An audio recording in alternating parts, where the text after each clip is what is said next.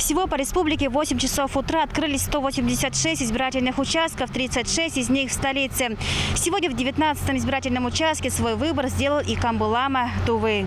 Гелек Нацикдожу среди верующих и жителей республики известен как Камбулама Тувы, но прежде всего он гражданин России. И сегодня он воспользовался своим избирательным правом.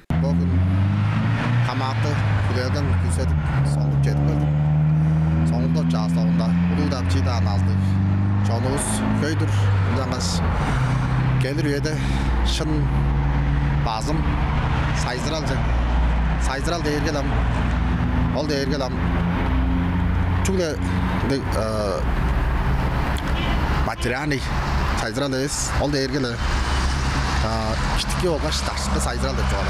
Соңундага кирip берип турганда озо утазын дээдибен. Верховный лама Тувы напоминает, что духовные ценности гораздо важнее, чем материальные. Сколько бы ни длилось удовлетворение от финансовых составляющих, душа всегда будет тянуться к поискам истинного счастья.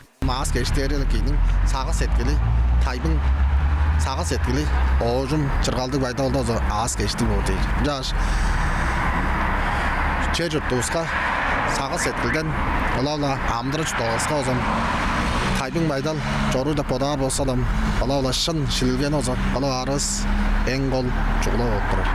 Жаш, сілер бүгдәге жүді екені.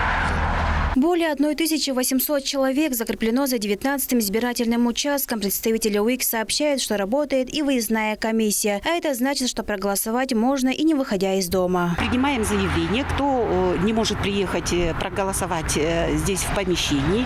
Они нам отправляют заявление через родственников, могут позвонить по телефону и даже через госуслуги подают заявку.